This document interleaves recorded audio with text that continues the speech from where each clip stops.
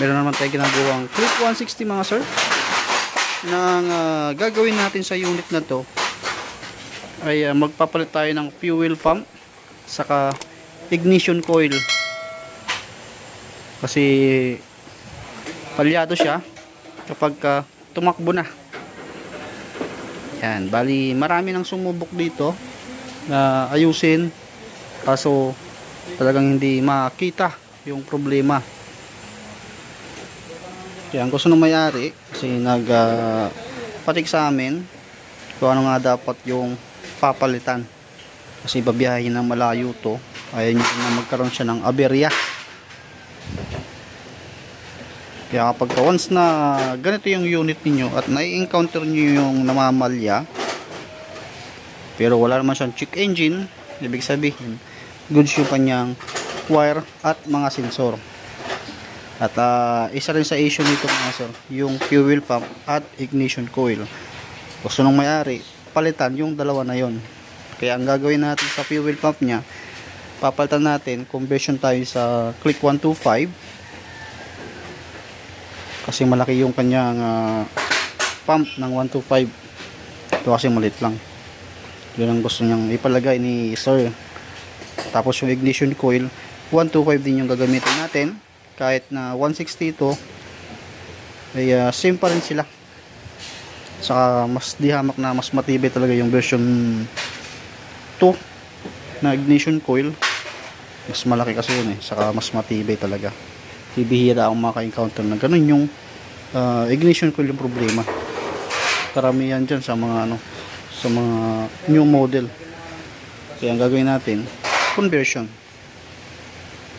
Basta pagdating sa ignition coil mga sir, kahit anong ignition ang gamitin nyo, basta pinaka-importante pang FI.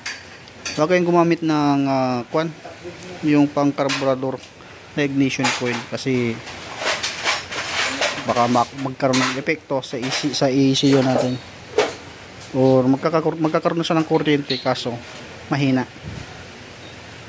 Kaya dapat pang FI pa rin ang gagamitin ninyo, magkaiba kasi sila.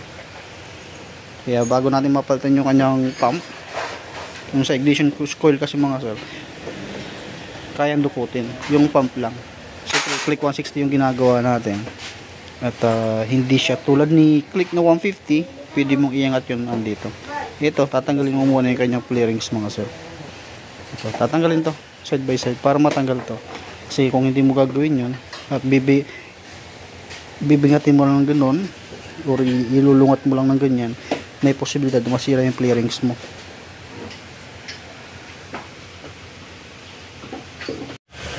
Ayan, tanggalan natin yung upuan. Tinanggalan natin yung dito para mailungat natin ng ganun to. Ito yung kanyang fuel pump. Tatanggalin natin yan. Tapos ignition coil. Ito na may ignition coil. Yan lang yung gagawin natin dyan. Tapos i-diagnose natin. Check na rin yung spark plug. Kasi kahit anong gawin, palit daw ng spark plug, puro ganun lang yung nangyayari. Palyado pa rin. Yan. Ito yung fuel pump natin na gagamitin mga sir. Ito yung code.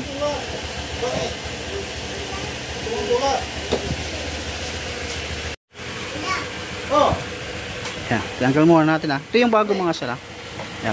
Ang gagawin nyo dyan, pagkumparahin nyo, kung same lang din naman yung taas nila, at kung same lang din naman sila, ang gagawin nyo, tanggalin nyo lang tong floater.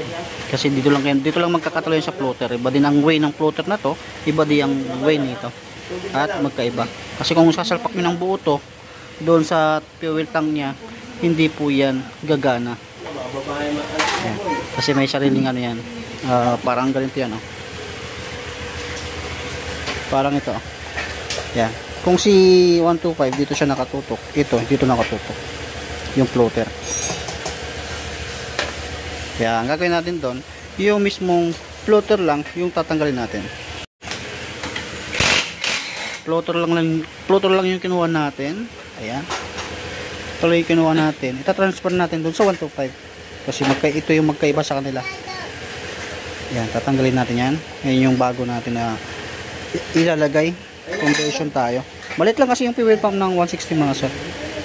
Same lang sa version 3 na click na 125 na version 3 sa kasi 160 na click, parehas lang. Kaya ito, conversion tayo. Magkaiba yung sa 160, magkaiba yung floater sa version 3, pero yung pump nila parehas.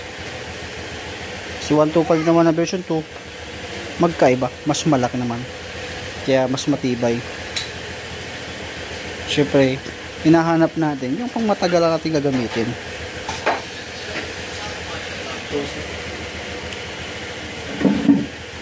Ito, ilubog nyo lang to para matanggal nyo ng buo. Huwag nyo tatanggalin dito, buuin nyo na. Yun na yung papalit natin. Ito yung sa 125, pinagpalit lang nila natin, pinagpalit lang kasi magkaiba yung way nila.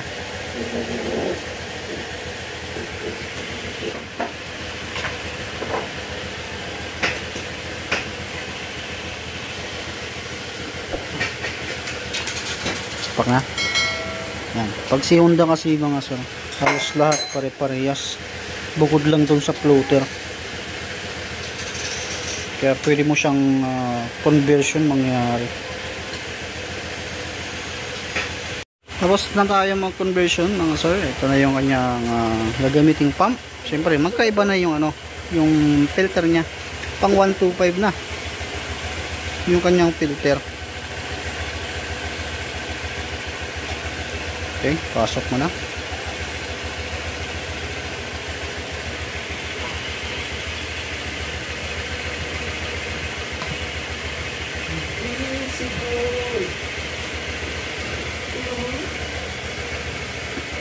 Pagka bumili ka kasi ng buong assembly, kasama lagi filter din.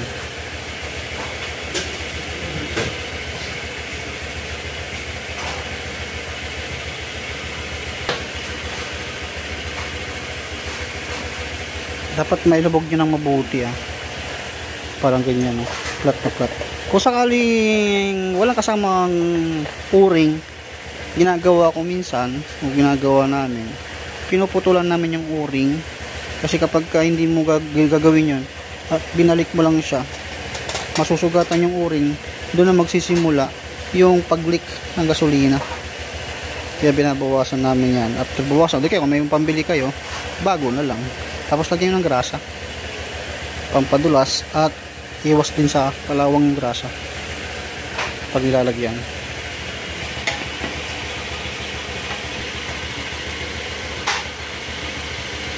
Ayan, testing naman natin iyon. Gagawin nyo dyan mga sir, kung ano yung bars nung kanina bago nyo siya kalasin, dapat same pa rin yung bars. Kung example, kapulong tinanggal niya kanina 3 bars, at ngayon inon natin 3 bars pa rin, ibig sabihin okay siya, good siya. Papansin nyo tumutunog kasi nga mayroon pang hangin yan, baga tinatanggal niya muna, tsaka mas malakas yung niya. Ayan, mas malakas. Okay, ignition coil naman, sasabay na rin natin yung throttle body sa linis kasi sinibity cleaning na rin natin.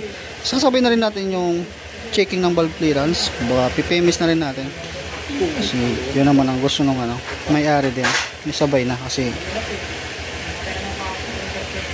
nabuksan naman na. May nakalagay dun sa karton na ito mga sir, magpapalitan tayo ng ignition coil. Ito yung ignition coil na galing dyan, tinanggal natin. May mga electrical tape na isa rin ito sa bakit siya namamatay ganyan. At ipapalit natin ito na. Ito rin ipapalit natin. Pang click 125 mga sir. Tapos pasilip ko sa inyo yung pinagkaiba ng 125 to 160. Kaparehas nito 160 na to dun sa mga PCX, ADB. Yan, parehas sila. Basta bibili nyo pang FI. Kung papansin nyo yung ignition coil ng 125, mas malaki siya. Sa 160, maliit. Yan yung isa sa mga nagustuhan ko kung bakit ito yung lagi kong sinasabing gamitin. Kasi alam ko na, nasubukan ko na kahit paano, tumatagal talaga siya. Okay, lagay mo na. Same pa rin ang niya na. Same pa rin yung pagsasaksakan natin parehas pa rin yan. Kukunin lang natin yung spark plug cap at itatransfer doon sa bago para may connect dito.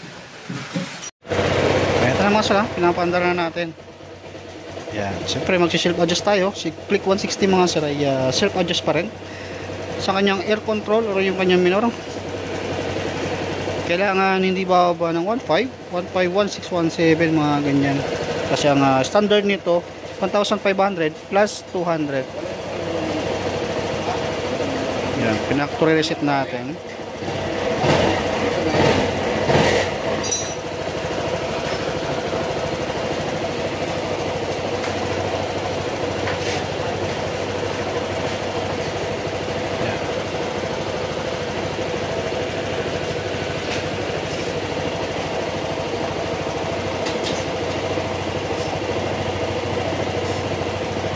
Yan, goods na.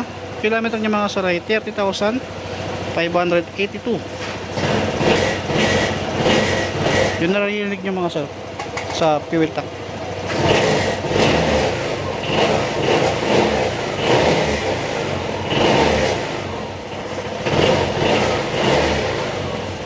Spark plug.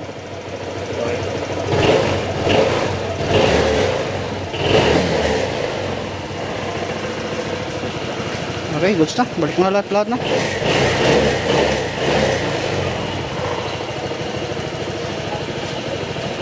Mga sir, tapos na rin natin at road test na lang ta.